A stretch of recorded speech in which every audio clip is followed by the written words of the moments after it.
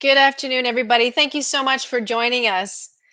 I'm delighted to be able to welcome you all to the inaugural edition of the Atlantic World Art Fair.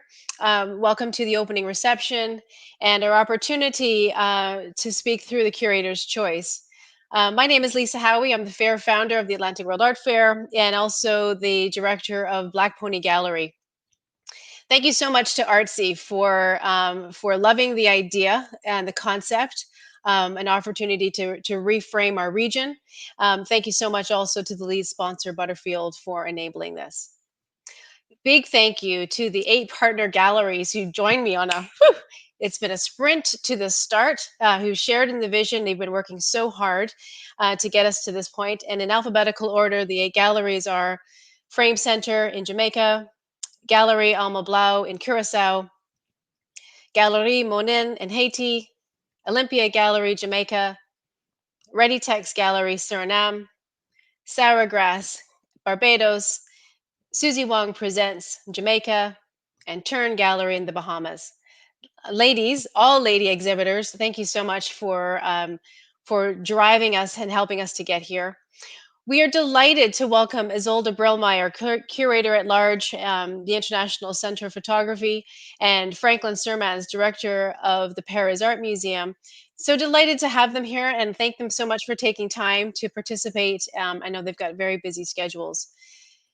Their task today, as I said, is to speak to their Curator's Choice. It's just gone live on Artsy. It's amazing how it's all just like snap, snap, snap. It's all happening. And I think it's a great opportunity because the Curator's Choice traditionally on Artsy seems to be a place where the selections happen. The curators, such as yourself, get a few sentences. I think it's very like, you get 3 to 5 sentences. And that I'm sure is very tough to do for people who are so articulate. So I think this is a great opportunity. So welcome, you both. Nice to Um, be here, Lisa. Great. So what I wanted to do, please, is ask our tech to help us. We're going to just go slowly through the 14 artists who've been selected. We have one work to show from each, and then jump into our conversation. This is a very quick 30 minutes. If we have a chance for you to address any of your questions or comments, we'll do our best. But in this intention, I really do want to focus on hearing the voices of Isolde and Franklin. So the first artist that was selected is Niels Reyes. It's a beautiful work of Niels. He's one of the artists I work with, so that's a Black Pony Gallery artist. Second is Jourdai Hassel. This is a detail of one of her collages. She's also a Black Pony artist. Third, Zariah Allen, represented by the Olympia Gallery in Jamaica. Then we have Deborah Jack, coming from the Sour Grass. Next, we have Jourdai Minea, also with Sour Grass. Ronald Cyril with Sour Grass. Nyan Smith is a detail of his work, represented by Susie Wong Presents, hailing from Jamaica. Next is Meredith Andrews, also with Black Pony Gallery. And Teresa Kirby Smith, also with me at Black Pony Gallery. And we've got photographs, both of those. Mario Benjamin is next, represented by Gallery Monin. Carlo Wale is next, represented by Gallery Alma Blau. Franz Kaba with Sour Grass. Rodel Warner, this is a still from the Turn Gallery. And Tamika Galamis, also with the Turn Gallery. So, really interesting diversity. I'm not going to speak too much because I know that I want to hear their thoughts. So I'm just going to quickly turn now, please, to Franklin and then Isolde to let's register your thoughts. Lisa, thank you. Thank you for having us. It's so delightful to be with you and with Isolde, dear, dear, dear friends for quite some time. And what an opportunity just to make a consideration, especially of the Atlantic world. And I love the way that you have sort of conceptualized the project around the Atlantic world, not necessarily specifically the Caribbean, as we are often asked to do, but to think about the true diversity of what the Caribbean actually means and what the Atlantic means as a point of departure and conversation. I mean, we often refer to the Atlantic as an Afro-Atlantic space in order to connote the idea of a space between Europe and the quote unquote New World. And there are so many ways that we could tear that apart. But I think it is worthy as a touchstone. But I think, as people see here just now, is that the diversity of thought and artistic production is massive.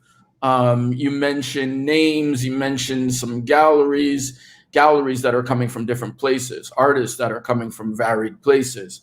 And I think that's the kind of thing that excited me. And when you call, I mean, that's why we say yes, because we're so curious and we're passionate about art and specifically about the region. As far as the medium goes, that diversity is mirrored there, obviously. We finished just looking at photographs, collages, paintings. There are many different ways in which artists choose to express themselves, and the diversity of thought here is paramount. So, I mean, that was the kind of opening reaction for myself, and then to get to talk with Isolde is, then we parse things out. Z? Yeah, it's always a joy. See, Lisa, he calls me Z, so we go so far back. Franklin takes it to the early nickname. But it's such a joy to be here with you, Lisa. I know you and I have worked together multiple times, and of course Franklin, who is like a brother and partner in crime to me. But yeah, I really love, Lisa, the way you talked in your introduction about this notion of reframing the region, right? And I've joked with you. I think we joked with Franklin earlier. When I and I've been to Bermuda several times now, and I'm asked, how was your trip to the Caribbean? And it's really interesting to kind of think about the fact that Bermuda is actually probably closer to New York than most of the so-called kind of Caribbean countries. So I love this idea of the Atlantic world, sort of, meshing the sort of Atlantic Ocean into the Caribbean Ocean. I mean, the sort of touch points of the bodies of water also kind of are, in a way, metaphors for the work that we're looking at, right? And the platform that you're creating, right?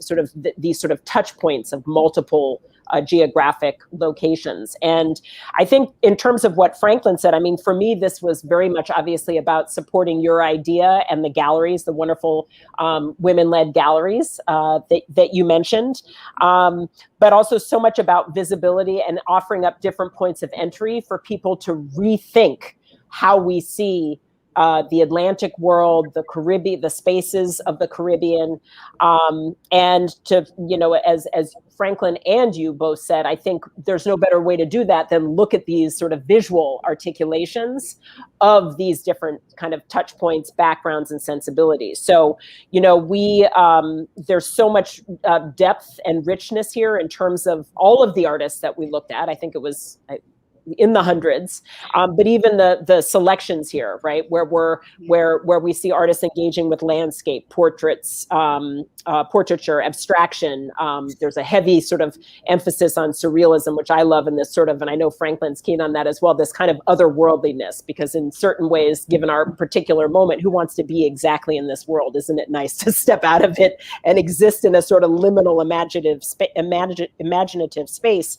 I also was very, there's narrative, there's mixed media. I was very keen on the photography as well, even though I love all media. One of the things I love about the photography that's represented here, Tamika's work, Rodel's work, photography is one of the most accessible of artistic mediums. You can pretty much identify that it's a photo, and then you've got to kind of do that work, right, of what and how and all of that.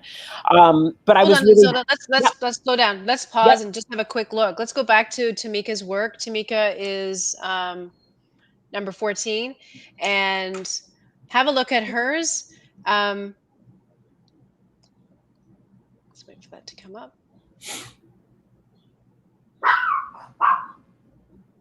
Lovely. And the artist says about the work too, in terms of her project, right? She's looking to sort of capture the realism of her community, her people. This lovely delicate moment when she's obviously spent time with them in this area park, and that they had shifted from being present with her to her capturing the scene to where they had been prior, which was performative. And I think when she explains that, it helps you to get a handle too on, as islands, we are also in this kind of back and forth on sort of like presenting our space as a place of retreat, this other world that people are coming to visit for this, very captured, very qualitative experience that will have them as a tourist guest coming back and forth and back and forth. And yet there is also the reality of often socioeconomic gaps and hardships in our spaces too. And sort of trying to find the nuance of what's real. I think she does that so beautifully and deftly. The other artist you mentioned was Rodel Warner. Let's go to both of those, and as a contrast, Rodel is number 13, and I believe we have a still of his piece. Yeah, your thoughts on this one? I mean, one of the things, and Franklin, please feel free to chime in. Tamika, Rodel, and probably Carlo Wale from Curacao. A lot of their process, when I was thinking through their artist statements, some of the artists I actually know and have sort of followed, it is also very much grounded in the written, oral, and sort of archival histories, right, of either their particular countries or sort of this Atlantic world space. And I just think that speaks so nicely to the kind of impetus for you, Lisa, in terms of, crafting, right, this sort of reframing of the region through the work and eyes of artists, that work of sort of written, oral, and archival, work in terms of recording and reshaping these histories. It's so important. And here he's going into new media, right? This is an interesting, this is an older photograph with a very contemporary digital layering.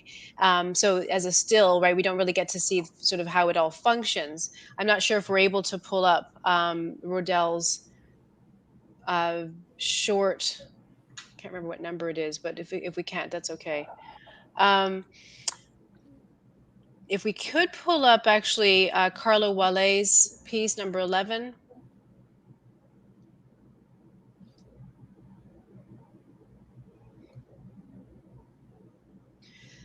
This snapshot aesthetic, that's not easy to do. Yeah, Any comments? Yeah. It's beautiful photograph that obviously jumped out. And I think it's worth saying, Isolde mentioned we had nearly 200 some odd submissions, I believe it was. And to think about pulling 16 artists from that is a lot. So this really is a group of artists that jumped out, at least to our subjective eyes and minds. The treatment of the photograph here and just the way that color is used is pretty remarkable. I mean, it's not as though this is the easiest thing to do, as you mentioned, with a photograph, but to get that sense of light that almost gives you a feeling for atmosphere is pretty special. And the different compositions that are involved, even in this slight kind of variation on that beautiful blue from the one that is textured to the right to a more monochromatic in the middle, and then the horizontal lines on the left that kind of move with the figure is pretty special. It's beautiful. I mean, the shadows almost stand in for sort of, they're figurative in a way, right? And with the man, right, in profile, kind of being this sort of central grounding element. And then jump to a very contrasting photographer, number 9, Teresa Kirby Smith, experimenting with light and metals and acetates in order to arrive at her compositions. And again, as you're speaking to diversity, here's this wonderful zigzag, such a shot of color and energy and uplift coming from a work, I think, in a time when we really need hope. So just to also jump to another topic that you mentioned, Isolde, let's talk a little bit about surrealism. That's one of my favorite hooks when it comes to a piece of work, particularly because surrealism for me allows for you to look at a work again and again, and you see something different, you feel something different. And as a quality, I mean, it's an interesting word that gets used to describe artwork, because it's both, it's inside and it's also within you, and there's that parlay that happens. So let's go to Benjamin, to Mario Benjamin's work, number 10, to lead this off. And as we kind of let's just find the feeling.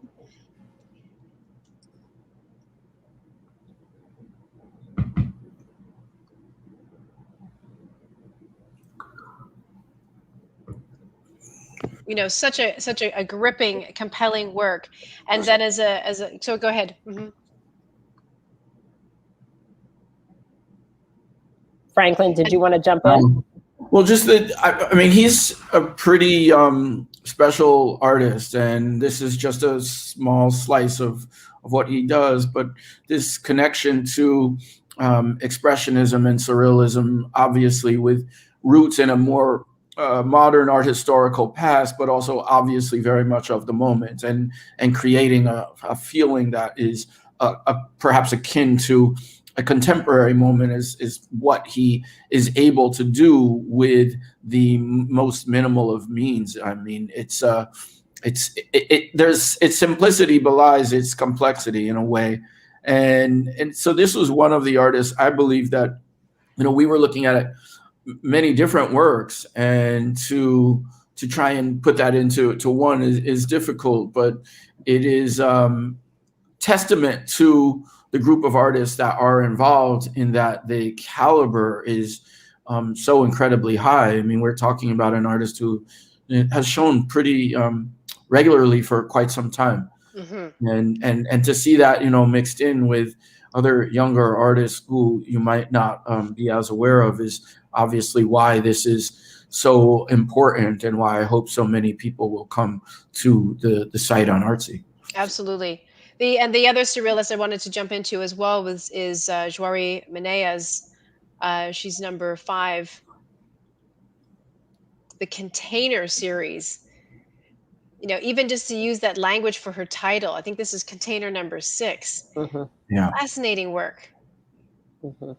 Yeah, absolutely. And Jourdai's been using this kind of camouflaging of the body or of figures within landscapes for quite some time, and it has evolved, I mean, into a pretty full and concise group of works by this important artist who's becoming more and more seen.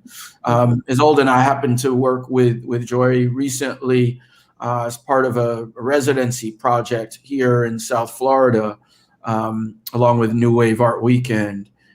So we have been looking at the work, and here in Miami, she actually clothed or kind of camouflaged a sculpture of Vasco da Gama, which is pretty heavy, and yet at the same time, there's a lightness to the way that she's treating the body in the landscape that I think is quite seductive, but also imagine doing this to long-standing monuments, and it becomes something a little bit different.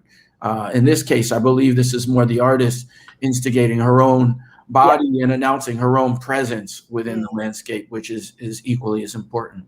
Yeah, her work is so incredibly multi-layered, and you can see it here in this particular piece too. It's almost like sort of an artwork within an artwork within an artwork, right? So the sort of body is sort of wrapped, both constricted, but yet there's still a sense of freedom in a way as well, right? There's a lot of, to quote my father, power and mystery, right? I always used to complain about my uber German name and how it didn't match what I looked like. And he used to tell me there's a lot of power and mystery. And I feel like Joya's, her work really embodies that, because there's sort of this presence in the absence, or in what's being kind of concealed in a way.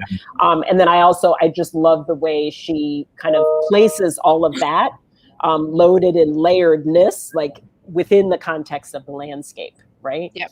And really begins to shift what it is for the viewer, what it is we're looking at. And the sense of mystery, if we can please go to number 12, Franz Caba's work. I think the sense of mystery is important as well. When we were putting together our artists, we are all as galleries looking to challenge the limited perception that island art is something that's mostly, what you'd find at the airport, without any disrespect to those artists who are selling at the airport. But, these are, generally speaking, watercolor, realistic landscape scenes, and then we go into something like this, where we have this very powerful, compelling, representation of a mental state. This was produced in 2020 as a collage. I mean, this work for me, it gives me the chills. Like, quite literally, my hair is standing up just looking at it again and again and again. And if I look at this work, would I be able to say this is coming from a particular place related to the islands? Not at all. This is very much about an artist speaking to the contemporary moment. I love the notion of island art, because Japan and Wales are also islands as well.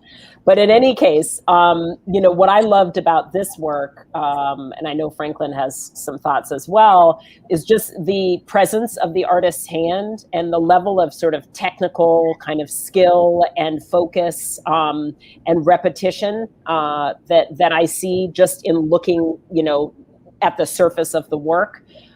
Really stood out to me, and I agree with you, Lisa. I think it's incredibly impactful. I'm just going to keep jumping. If we can go to number 8, Meredith Andrews, rather, artist who is, in this instance, you talked about sort of like this patterning, right? These are objects. She's been finding objects on the ocean, the beach, for over, I think it sounds like over 10 years, and has, almost like a garage full of this detritus that she's then organizing for us to then have this, this experience as we look at, here's our Earth, here's a representation also of our ocean's state of health. And really kind of playing a little bit on sort of the line between photography, this digital photography, and sculpture, which is quite interesting. Totally a play on climate change, and obviously evoking the concept of the ocean, the concept of the water, but at the same time kind of beautifully avoiding that direct presence of water in the work. I mean, that just ties into what you were saying. There is obviously the desire for people to have something that gives them nostalgia and something to remember of their time spent. So no wonder that we get to see wonderful works of island art in varied places that might remind us of a moment that we spent there. But in this case, this is the other side of that, and I think a pretty innovative way of touching on climate change while sort of doing that seductively and in a way that has a lot of mystery to it too. Yes, and two things coming out of what you've just said. I'm thinking about nostalgia in relation to Jourdai Hassel. If we can jump to her, number 2.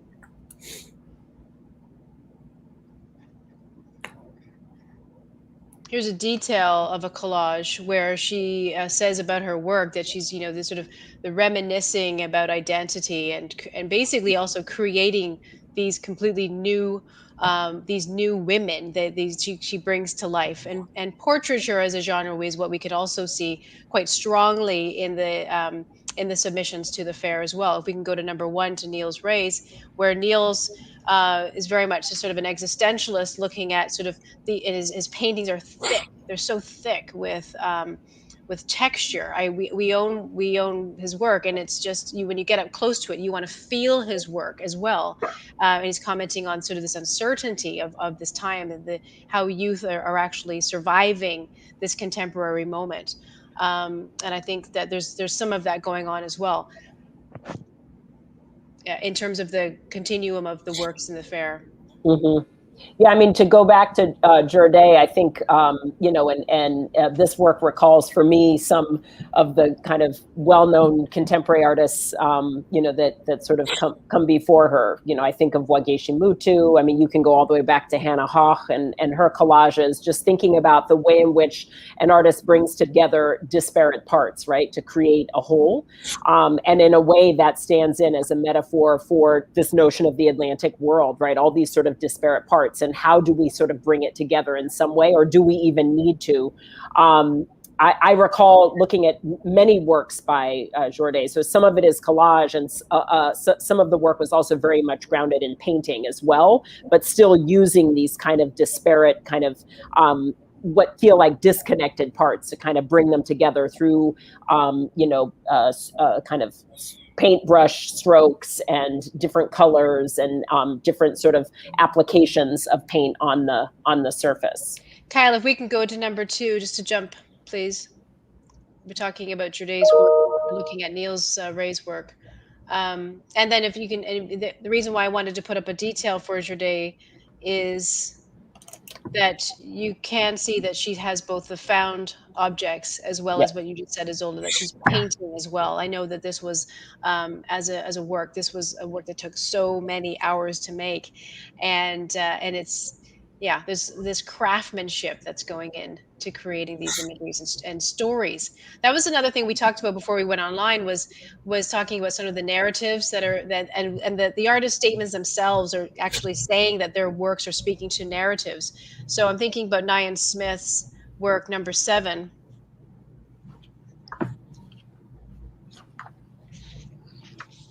Oh, yeah. Where we have this sort of the storyboard of a location, and this particularly have a detail where you can see the stitching, almost like these lines of time, and building houses and building up, almost like creating an entire place in his work.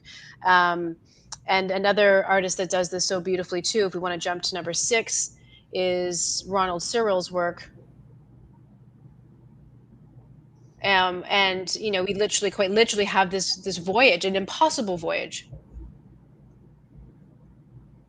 and a voyage that's loaded. This vessel with its various tools, mythologies, cultural references. It's almost as if it's been painted in blood.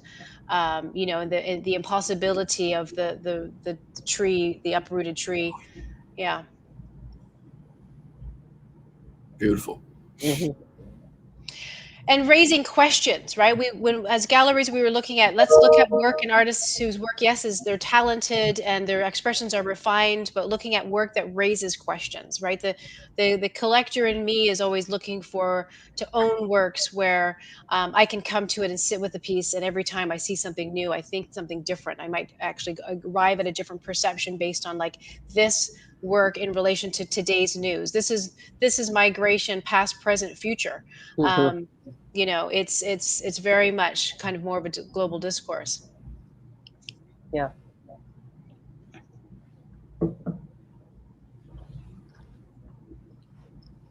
I also thought it'd be topical for us to, and we just have a couple minutes left, is to think about the future of art. If we could just pull up Deborah Jack, number 4, please.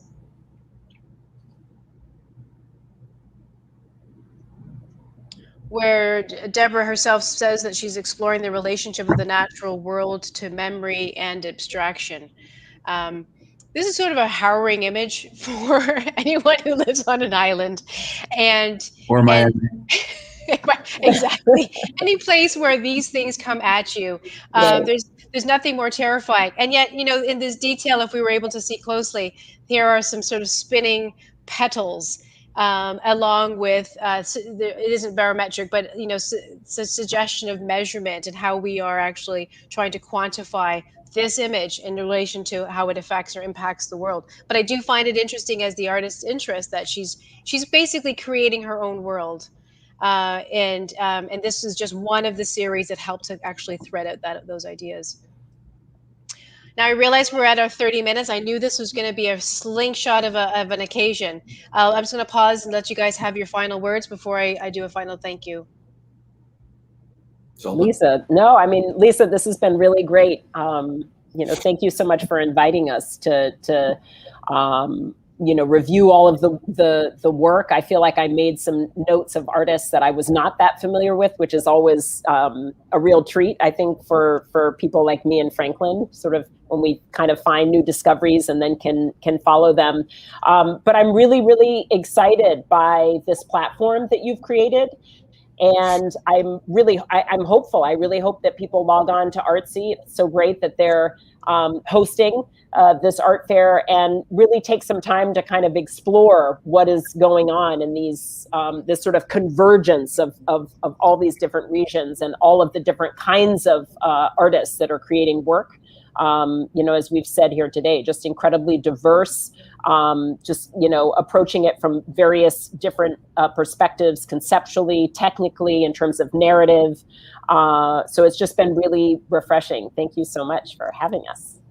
I'm so glad. So glad to have your stamp of endorsement. It means a lot to me. And I know if everyone listening, particularly for the artists, it means a huge amount, because really the goal for this too, for all of us as galleries, is to see our artists get featured in international biennials, international exhibitions, and to continue to make those threads from what's called home to the global world. So great. Thank you so much. Thank you again. And for everyone who's watching, please stay tuned.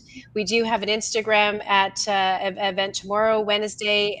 So follow our Instagram for that. And then otherwise, we have major events on the Fridays. We have panel discussions and then a closing reception and on the 21st. All of our events, the major events, happening at 11 o'clock Eastern Standard Time. The schedule is amazing, so don't miss. Really amazing. Oh, gosh. I'm not going to miss some of these programs. A little bit OTT. We have 5 major events, and then I think in total we have 13. So I think typical to hardworking professionals, we really went for as much as we could grab. So yeah, thanks again for starting us off. If we could be together, I'd say we're having a toast. We are officially opening the Atlantic World Art Fair inaugural iteration. Great. All right. Thank you. Bye, Franklin. Bye, Lisa. So nice to see you. Good to see you.